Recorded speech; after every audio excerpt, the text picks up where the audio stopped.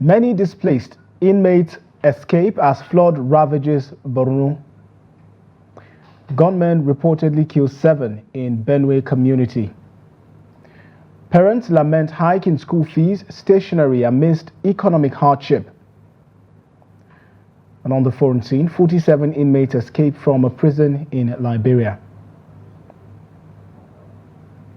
Very good evening and welcome to the News Hour on Trust Television. My name is Sagir Ibrahim. And now the news in full. Maiduguri, the Borno state capital, has been inundated by flood following torrential rain and water from Alau Dam in the past few days. As a result, thousands of houses, farmlands, offices and schools have been submerged. Trust TV's Bitrus Kurutsi brings details in this report. The flood submerged major parts of Maiduguri metropolis, including places like Monday Market, Post Office, the Zoo Park, Teaching Hospital, among others. The capital has been on a standstill as residents struggle to evacuate. Some of the residents said it's been more than 30 years since such disaster occurred in the state. The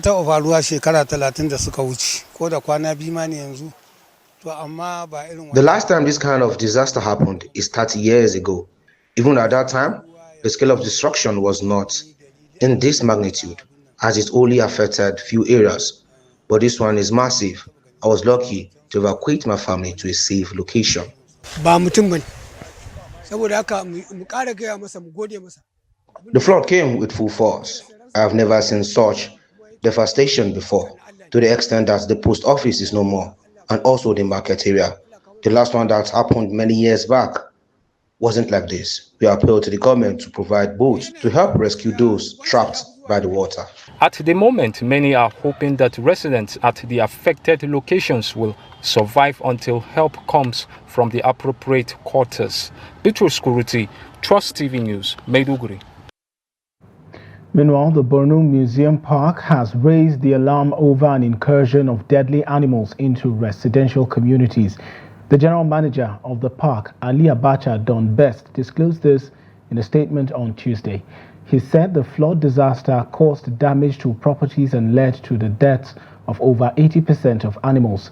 Don Best said animals like crocodiles and snakes are among those swept into communities and called on the public to be aware and take all the necessary precaution to avoid the animals.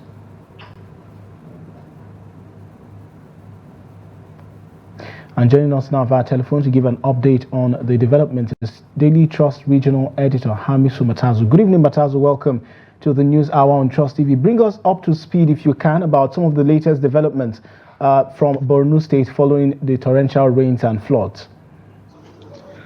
Okay, the update now is that the Vice President of Nigeria, Kashim Shettima, visit victims of the flood, and he also visited the palace of Shehu Borno, where he makes some promises and saying that about 50 trucks of rice is on their way to share to the victims. Meanwhile, he said that he was in the state by the directive of Mr. President Bola Ahmed Tinubu, saying that what they witnessed in the state is way beyond the capacity of Borno State government to handle alone. Also, he assured that the determination of the president to address the needs of the people in the state. So that's one aspect of it. And while the Shehu of Borno, where they paid a visit to him, also appeal that the federal government, in collaboration with the state, should deploy experts to look into the matter to avoid a repeat, saying that it had happened about 30 years back, and the recurring issue is devastating, and many people are suffering, saying that maybe when experts were deployed, may bring in experience and maybe the the federal government can support to address the issue.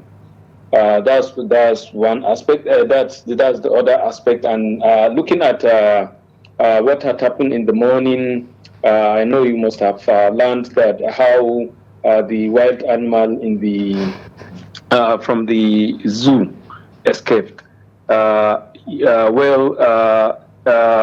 Unfortunately, crocodiles on the road were killed by people, and the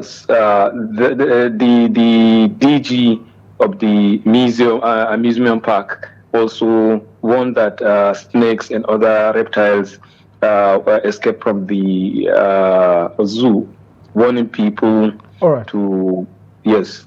Matazu, can you talk to us about the current state of those who were affected by the floods? Is there an official tally with regards to those that were affected, and are there any figures regarding fatalities so far? Well, no, for the fatality, because they are. I try to speak to SEMA and NEMA, but none of them was able to bring out any figure. But they were able to say that about more than 200,000 people were displaced. And the displaced people, the state government had to open camps. Within the state capital, all camps were closed. But this time around, by the directives of the state government, the camps were open and people were accommodated into the camps. All right, Matazu, thank you so much for that update. Yes, you spoke earlier about the situation around the amusement park zoo and also the statement that was earlier released by the manager. However, has anything been heard with regards to the jailbreak that was recorded earlier, as we heard in the news?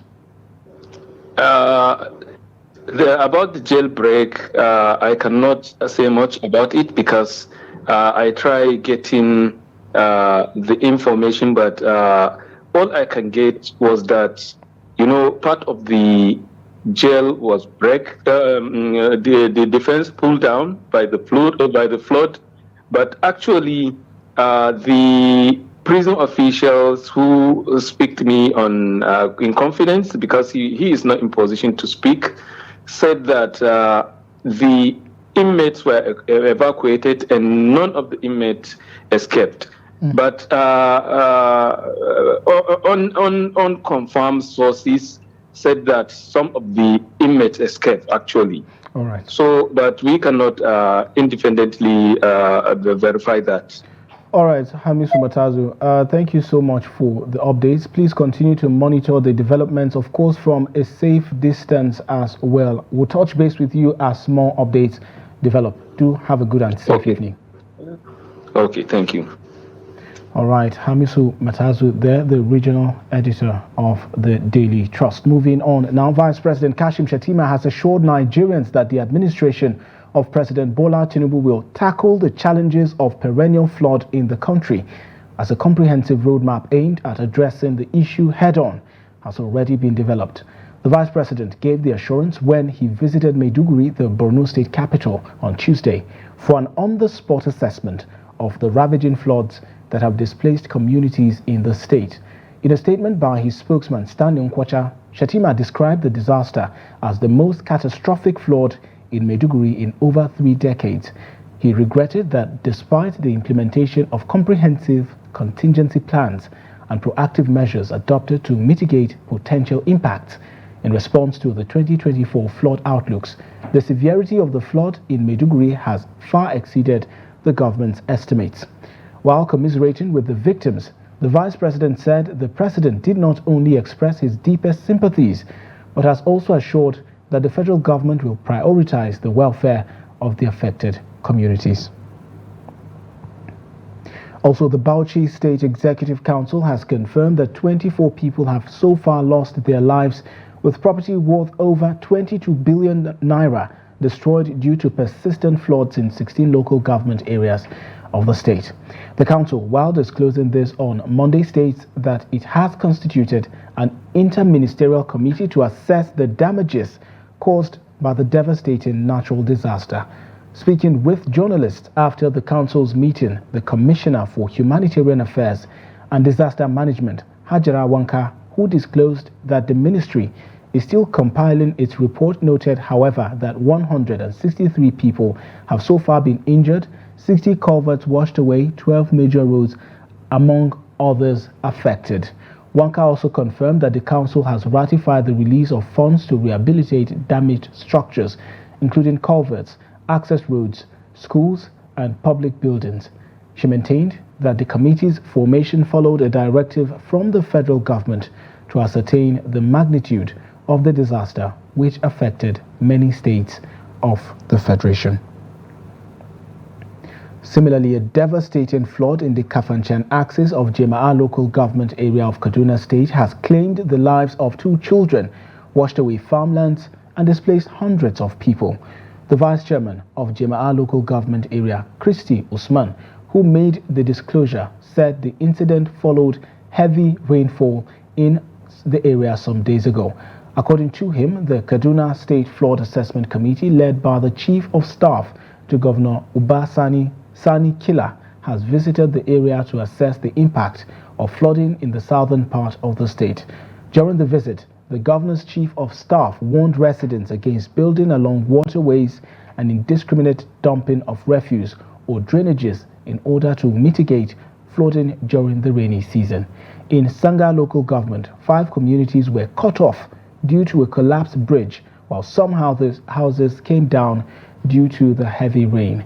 While the assessment committee is expected to make its findings and recommendations to Governor Obasani at the end of the assessment tour, the Kaduna State government is, however, appealing to the federal government to support those already impacted by the flood disaster to complement the efforts of the state with additional relief materials.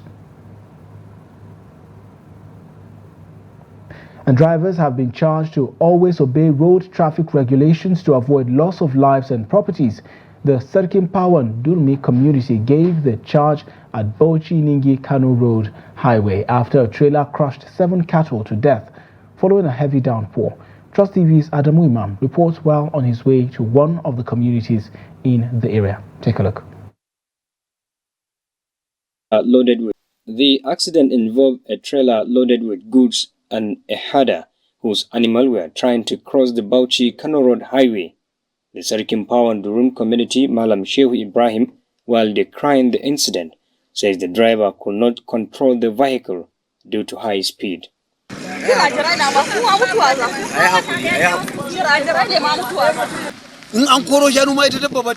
Animals like cows have no sense and cannot identify the danger in crossing the highway, so the driver should have driven with care. Also, Fulani herders are partners in business, especially in relations with the butchers that we always transact with. However, what God has destined to happen will surely happen. There is no doubt about that. May God replenish what they lost.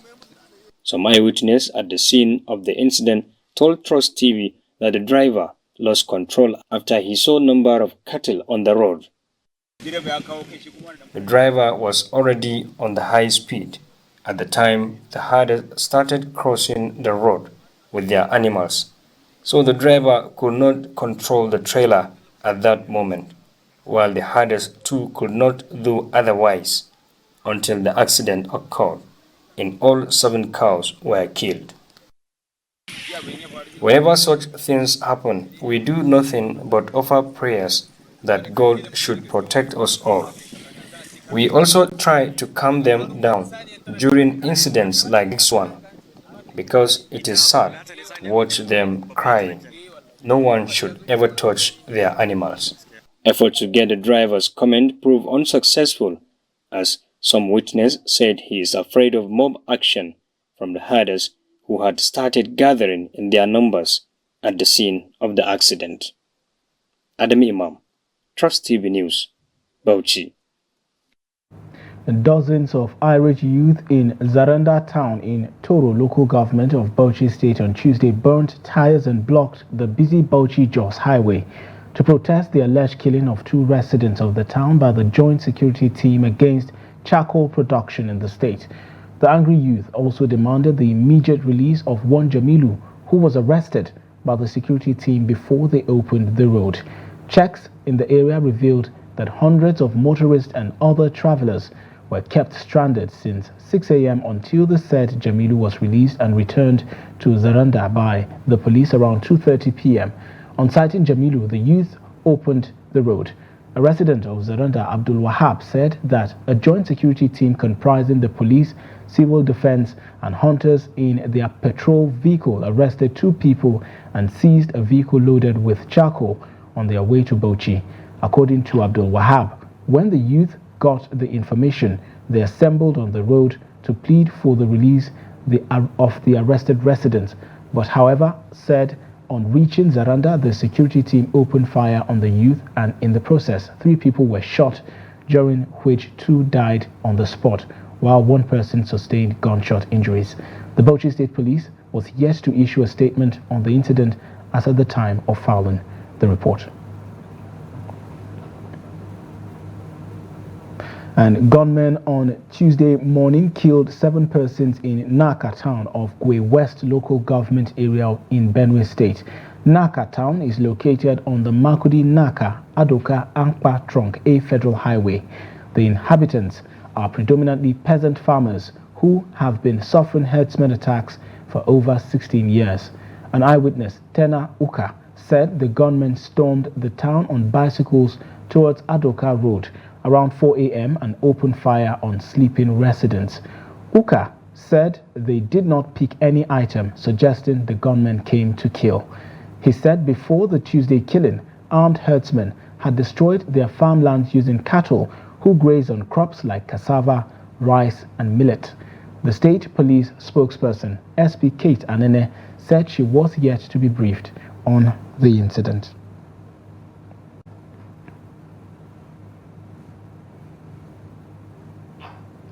The military high command says it will soon bring one of the bandit kingpins terrorizing Zamfara state and some parts of the northwest region of the country, Bello Turji, to book for his offenses against humanity. It also said the issues of levies being collected from farmers before harvest by bandits led by Turji and other terrorists will soon become a thing of the past. The Chief of Defense Staff, General Christopher Musa, who disclosed this at the defense headquarters in Abuja during a press briefing, explained that Turji's days are numbered, adding that it was a matter of time before he meets his Waterloo. The defense chief's vow came a few days after he led service chiefs to Sokoto State on the order of the President Bola Tinubu to go after the killers of innocent Nigerians in the state and the northwest.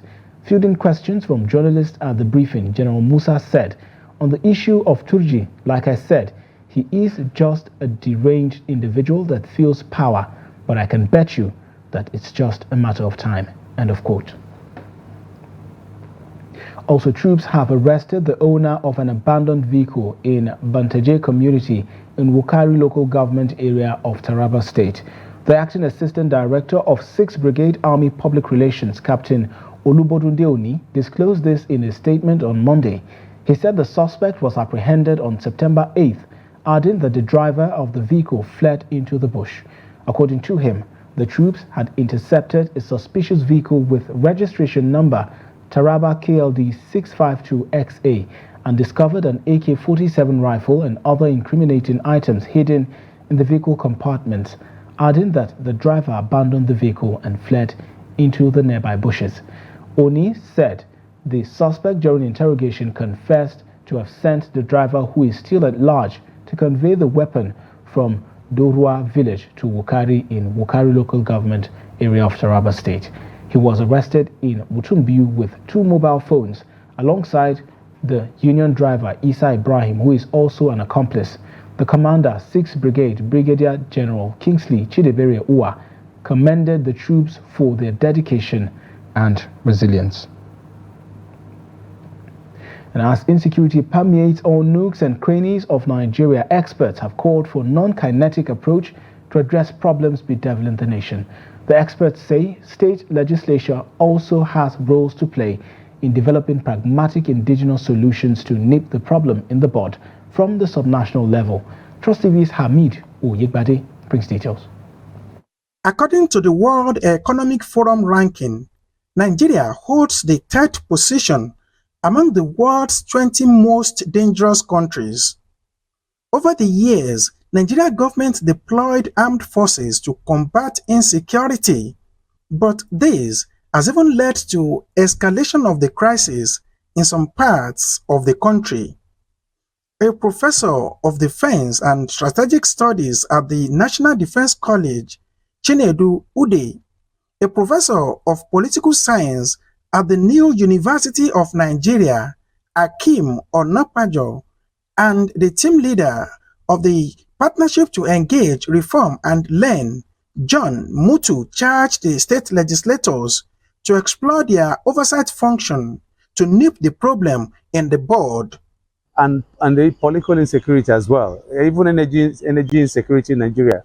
So I think it's high time for the state, houses of assembly to rise up to the occasion and take up and make contributions towards solving the security challenges we have in our country. The state houses of assembly also have a role to play in this regard. They are expected to make laws that would, encourage whatever the government is trying to do. Instead of leaving it for the executive alone to handle, instead of leaving it to the military to handle, we are exploring how the legislature, as lawmakers, can make laws, can come up with a legislative intervention that will help address those underlying factors that has, allowed insecurity to fester in this country. The state legislators said they are not oblivious of their roles as they call for full financial and administrative autonomy for state legislature to enable them function effectively and efficiently. This insecurity has been going on for quite some time, but I must say that the federal government and of course the state government, my own state, are doing the best that they can to make sure that they wipe out insecurity. The legislature is an arm of government without which there cannot be true democracy and true governance that will benefit the people.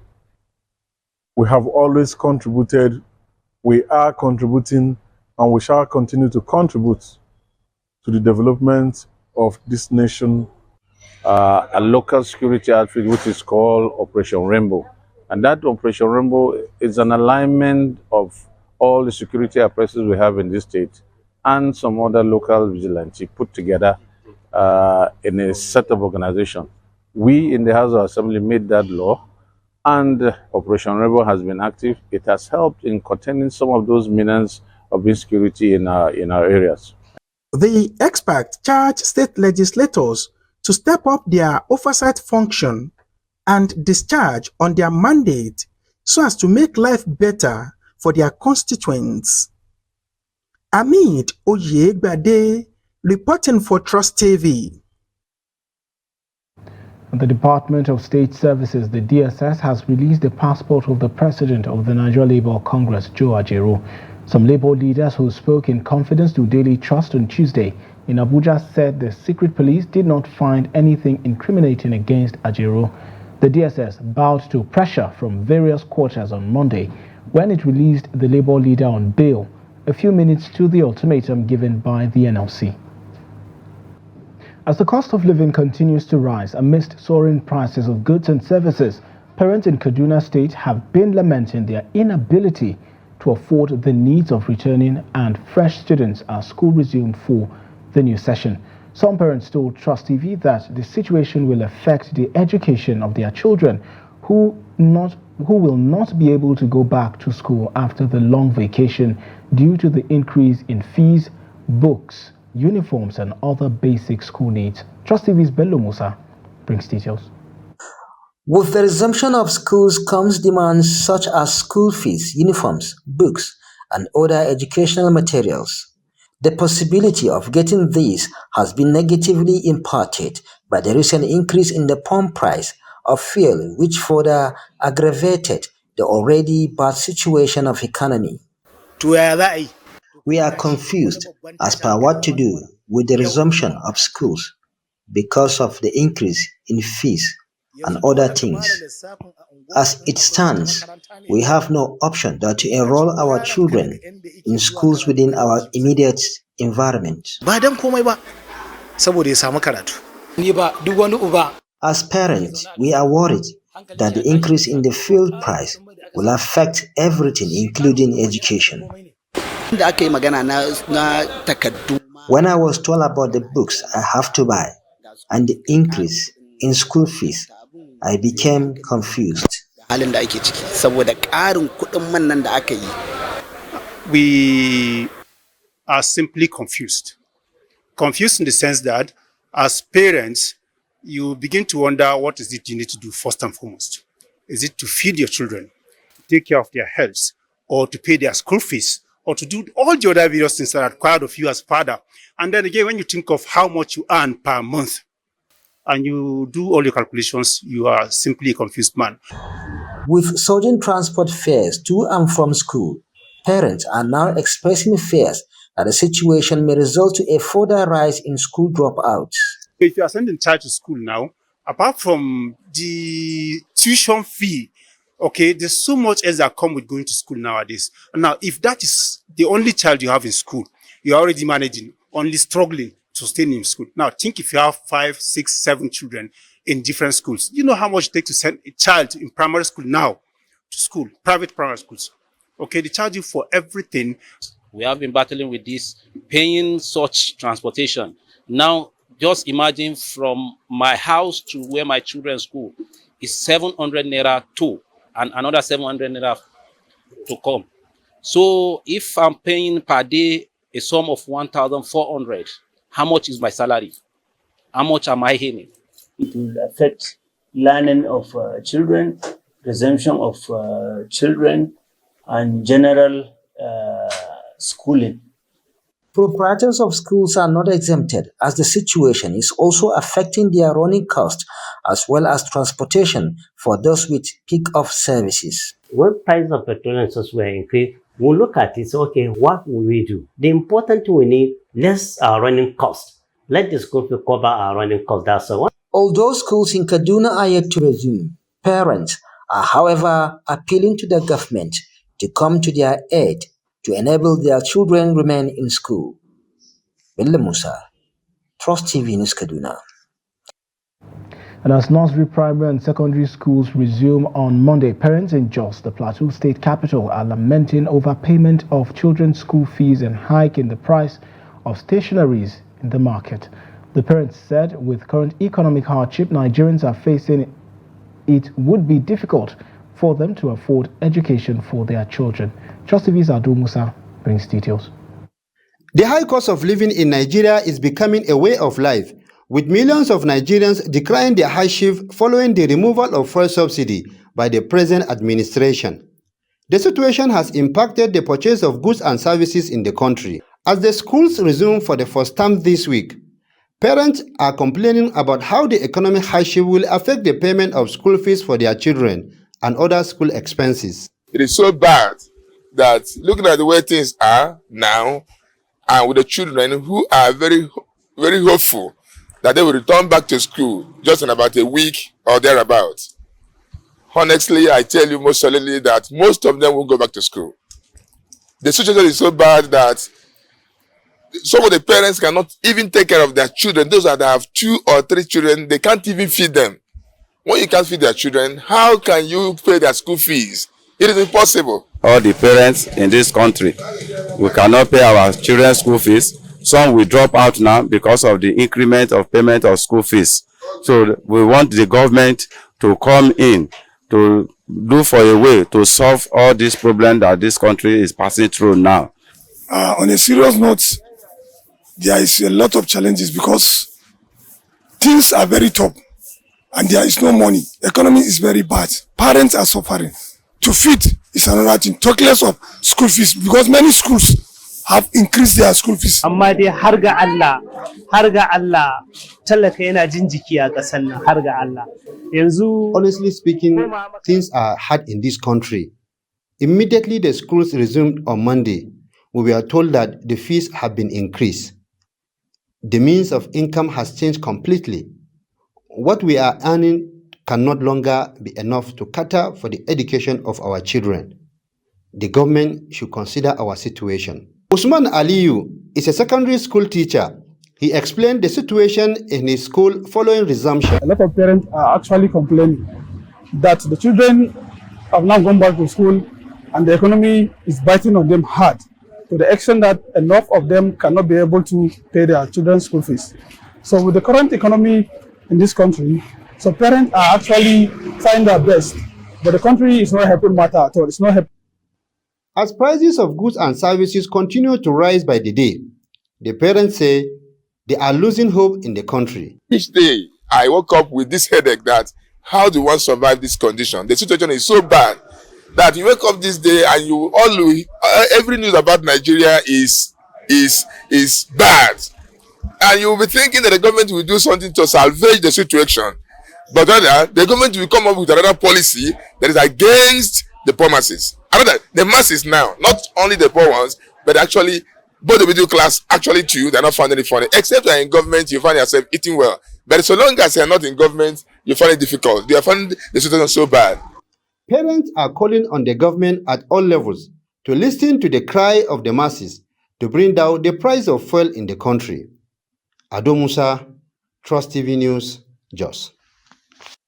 And still on the matter, some parents of fresh and returning students of nursery, primary and secondary schools in Lagos say they are worried that their children may not be able to continue schooling due to the astronomical rise in the cost of educational materials and fees.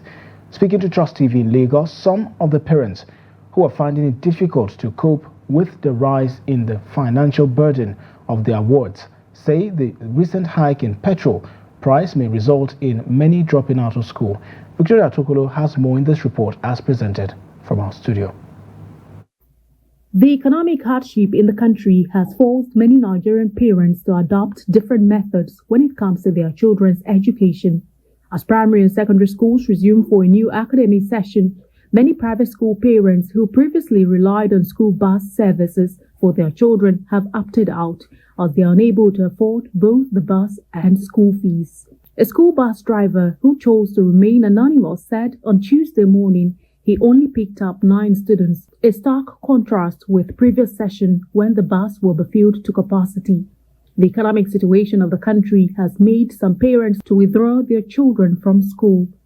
Before 1 week, what children will enter school, I'm starting thinking how I won't do myself, because all the money that I have, every time I don't spend it. Nothing. To pay school fees, they're easy. You know that when children, they want to enter school, you have to buy books and some equipment that students will use.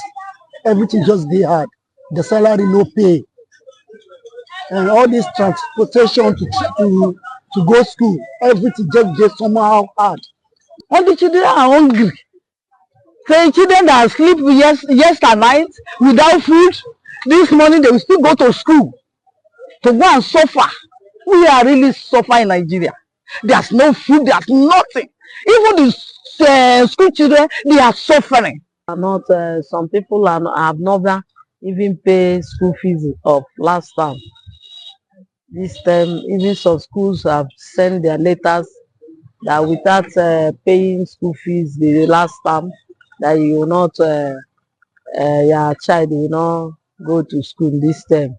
So it's not easy for people that have 1 or 2 or 3 children in the school now, and the cost of living, everything is high every day. Why I will throw them in school is because of the school fees is high.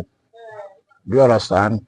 And also, after struggling and training them for school, there's no work in country that you will hoping on to put them tomorrow. So it's better for me to put them in handwork, which I put 3 of them. I have 3 kids now, 2 boys and 1 girl. As the cost of living surges with each passing day, Nigerians urge the federal government to reduce the price of fuel in the country, saying the increase in fuel is a major factor driving up school fees. They believe that if the price of fuel is reduced, the cost of school fees and school bus fares and others will definitely reduce. And the chairman of the Independent National Electoral Commission, INEC, Professor Mahmoud Yakubu, on Tuesday commenced a 3-day readiness assessment tour in Edo State ahead of the off-cycle governorship election scheduled for Saturday, September 21st, 2024. Yakubu's first stop was at the INEC office in Ikpobaoka local government area, where he inspected non-sensitive election materials. The INEC State Electoral Officer, James Gamble, led the tour and briefed the chairman on the preparedness of the local office.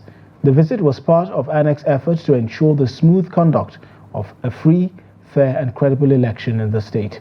Following the inspection of Ikpobaoka, Yakubu expressed satisfaction with the state of readiness. He then proceeded to Egor local government, where the EO, Boma Bamson, guided the team through the office complex and showcased the non-sensitive materials that are ready for deployment on election day. This readiness assessment is a key part of INEC's election monitoring activities designed to ensure that all necessary materials and arrangements are in place for a smooth election process in Edo State. And it's clearly written that it's a mock. Yes, sir. So when you finish, just like this one, you will stamp. You just sign. You just sign, no stamp. It's a mock. Yes, sir. Okay. So you sign, put a date, take a snapshot, yeah, the number accredited, and then upload it to. And stakeholders in the national electoral process have identified issues that may hinder the peaceful conduct of the off-cycle election in Edo State, which is scheduled to take place on the 21st of September 2024, with the aim of addressing them ahead of the vote. At an engagement in Abuja, they said the need to address such issues stems from the experiences with the general elections and the off-cycle elections in Imo, Kogi and Bayelsa, where many have questioned the outcome of the polls. Trust TV's Noel Sampson brings details. As the off-cycle election in Edo State draws nearer, issues around non-credible political party primary election, verbal attacks and hate speech, security of lives and properties, violence during voters' card collection, among others, were highlighted as challenges ahead of the governorship poll. One of it is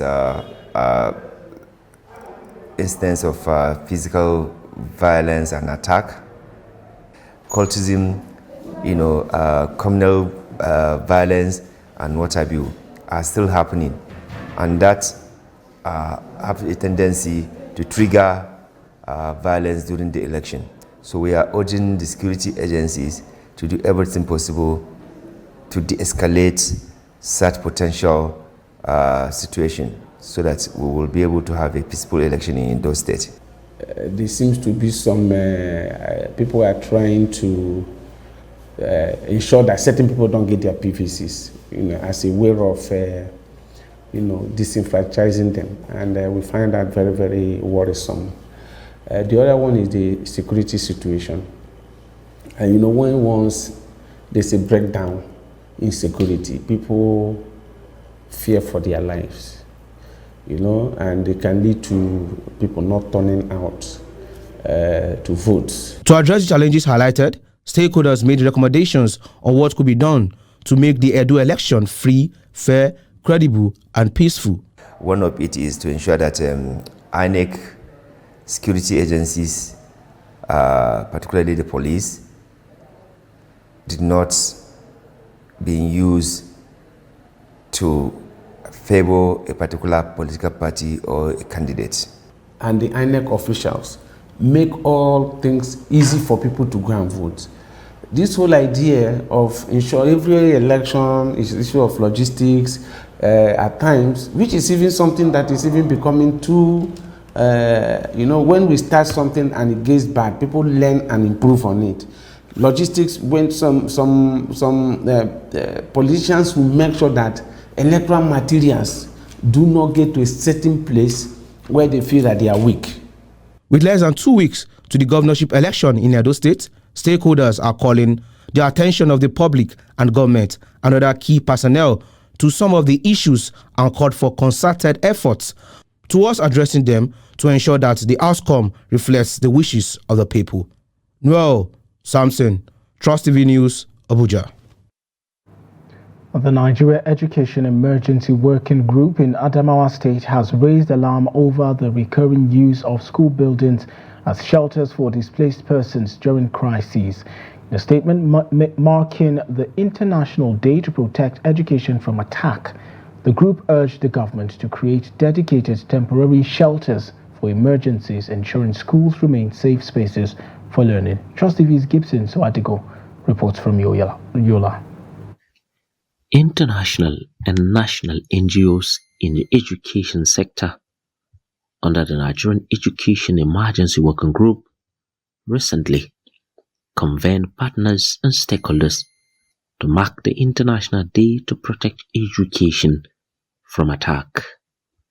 This year's theme emphasized a renewed commitment to sustainable financing for safe schools in Nigeria. In his opening remarks, Stephen Medugu, focal person for the group in Adamawa State, highlighted critical areas where government effort must be bolstered to safeguard education from various threats that have weakened its standards. He also praised the Adamawa State government for prioritizing education and supporting NGO efforts in strengthening the sector. Today, we are calling for 100% commitment from all of us education stakeholders, as well as government stakeholders, our traditional leaders, our community leaders, to rise up to the challenge. We want our schools to be friendly. We want our schools to be safe. Dr. Umar Garba Pella, Adamawa State's Commissioner of Education and Human Capital Development, highlighted the state government's significant investment in education, emphasizing its commitment to securing a brighter future for the younger generation. The day you budget less for education, you are attacking it. The day you divert resources that's meant to take care of schools, you are attacking it. The day you deny a child a chance to be in school, you are attacking education. So there's so much that has been happening around education that we need to protect this sector because it is a critical tool that we all require for survival. During a panel discussion and advocacy visit to the Chief of Staff to the Adamawa State Governor, the Nigerian Education Emergency Working Group pinpointed critical areas where government action is needed to safeguard education from looming threats. In response, Dr. Edgar Amos Sunday, the Chief of Staff, praised the NGOs for their dedication to education and assured them that the Adamawa State government is fully aware of their concerns and committed to addressing them. As a government, we've placed priority attention on education. We believe very strongly that education determines the direction, pace, and extent of development of any society. And we've invested heavily in education. We are also aware of the tremendous pressure on our children and their parents. And that is why our policies and programs have attempted to lift the burden of parents so that economic reasons do not become inhibitors to access to education. The impact of attacks on school structures by insurgents in northern Adamawa is still evident. Gibson Soadugo, Trust TV News, Yola. You're watching the news hour on Trust Television. Let's now join Yusuf Akogu for the business news. Welcome to Business News. I am Yusuf Akogu. The Federation Account Allocations Committee say it disbursed the sum of 13.72 trillion naira to the federal government, 36 states, and 774 local government areas in the first 7 months of 2024. The figure represents 149.4% year-on-year increase from 5.5 trillion naira in the corresponding period of 2023. Details of data from the National Bureau of Statistics (NBS) FAC report for the review period showed that FG received 2.68 trillion naira, up by 28.2% from 2.09 trillion naira received in 2023. State received 2.91 trillion naira, while local government received 2.04 trillion naira, representing an increase of 43% from 1.44 trillion naira in 2023. The 13% derivation fund received by oil producing states also rose by 219.9% within the period. Oil marketers are concerned about the delay in announcing the price of premium motor spirits, popularly called petrol, by the Dangote refinery, as they noted that the landing cost of imported PMS is now about 1,120 naira per litre. Dealers stated that a high PMS price from Dangote refinery will lead to importation of the commodity by marketers, since government has opened up the market for competition. The national president of the Independent Petroleum Marketers Association of Nigeria, Abubakar Gandhi, said that the IPMAN was speaking with his partners abroad while awaiting Dangote petrol price, but noted that a high cost from Dangote refinery will lead to massive PMS importation. In July this year, the Major Energies Marketers Association of Nigeria revealed that the landing cost of PMS was 1,117 naira per litre. The landing cost is the price at which the commodity lands in Nigeria's shores. NGX closed Tuesday trading in green as large cap equities record price gains. Let's see how it went down today. Leading the gainers there is SFS, a real estate investment company, gaining 9.98%, a very strong showing to close at 163 naira and 15 kobo per share. The RT Brisket also up there 9.93% to close at 3 naira and 10 kobo per share. Of course, Cavity Helicopter also gained 9.77% to close at 1 naira and 91 kobo per share. Of course, this has pushed up the market up by 0.62%. The volume of trade 406.19 million shares, value at 13.31 billion naira. The days of 12,241 did exchanges among investors. There, of course, looking at the top trading equities by volume, Owando Nigeria PLC leader table 58.49 million shares. It traded Access Corporation 30.38 million shares. Of course, Japan Gold 28.83 million shares. It traded as well. Of course, some equities also ended on the losing side of the market. Leading that table is Len Africa down 9.69% to close at 3 naira and 73 kobo per share. There, TPLC also down there 6.77% to close at 1 naira and 79 kobo per share. Of course, Japan Gold also ended on the losing side of the market today, 6.67% it lost to close at 2 naira and 52 kobo per share there. And that's the highlight of stock trading as it went down this Tuesday on the floor of NGS. Let's see the global stock market and exchange rate data for today.